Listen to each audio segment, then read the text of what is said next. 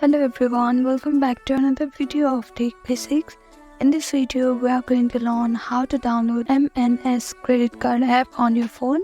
If you are Android user, you can find this app on Play Store, and for iPhone user, open your App Store.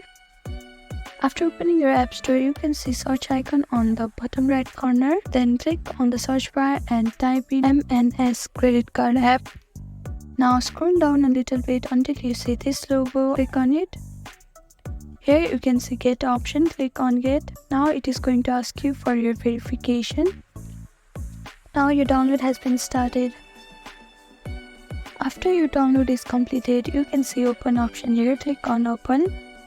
And here you have successfully downloaded M&S Credit Card app on your phone. Thank you for watching this video. I hope this video was helpful to you. Please do like, share and subscribe to our channel. And don't forget to comment down below. Thank you.